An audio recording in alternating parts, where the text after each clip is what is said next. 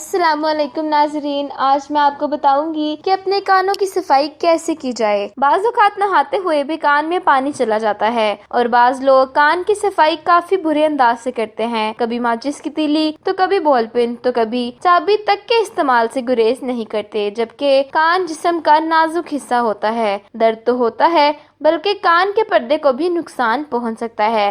آج ہم آپ کو کان کی صفائی کے بارے میں آگاہی دیں گے اور یہ بھی کہ اگر درد ہو تو کیا کیا جائے۔ کان کا میل یا ویکس کسی طرح کی بھی پن اس سے ہرگز نہ نکالے، کیونکہ اگر غلطی سے بھی پن زور سے لگ گئی تو کان میں ورم ہونے کا اندیشہ ہوتا ہے، جس سے بہرا پن بھی ہو سکتا ہے۔ گرد آلود جگہوں سے بچنے کی کوشش کریں اور دھوپ میں زیادہ ہرگز نہ بیٹھیں۔ ایسی چیزوں سے بھی بچنے کی کوشش کریں جن کی وجہ سے نزلے زکام کا خطرہ ہو۔ جب تک ڈاکٹر کوئی مشورہ کان کے بارے میں نہ دے تب تک کوئی بھی کان کی دوا خود سے کان میں نہ ڈالیں۔ اگر کان میں بار بار میل جمع ہوتا ہو تو کوئی نقصان دہ چیز ڈالنے کی بجائے اسے نمک ملے نیم گرم پانی کے ساتھ دھو لیں۔ خیال رہے کہ کان کے بہت اندر تک پانی نہ جائے۔ اس کے بعد اسے روئی سے صاف کر لیں، میل یا ویکس بھی نکل کر باہر آ جائے گا۔ کان کی صفائی کا دوسرا طریقہ یہ ہے کہ گلیسرین کیونکہ میل کو نرم کرتی ہے تو اس کے 2 قطرے کان میں ڈالیں، پھر روئی کی مدد سے صاف کر لیں،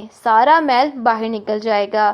ویسے تو عام طور پہ تمام عمر کے لوگوں کے کانوں میں میل ہوا ہی کرتا ہے، مگر شہر کے گرد و غبار کی وجہ سے شہریوں کے لیے ہر پریشانی زیادہ ہو جاتی ہے۔ عموماً لوگ کانوں کی صفائی کے لیے غلط طریقہ اپناتے ہیں، پن یا سلائی یا جو کچھ بھی میسر ہو اسے کانوں میں ڈال لیتے ہیں، جو نقصان کا باعث بنتا ہے۔ آج کی اس مفید معلومات سے فائدہ اٹھا کر خود کو تکلیف سے بچائیں اور اللہ کی عطا کردہ نعمت کا شکر ادا کریں۔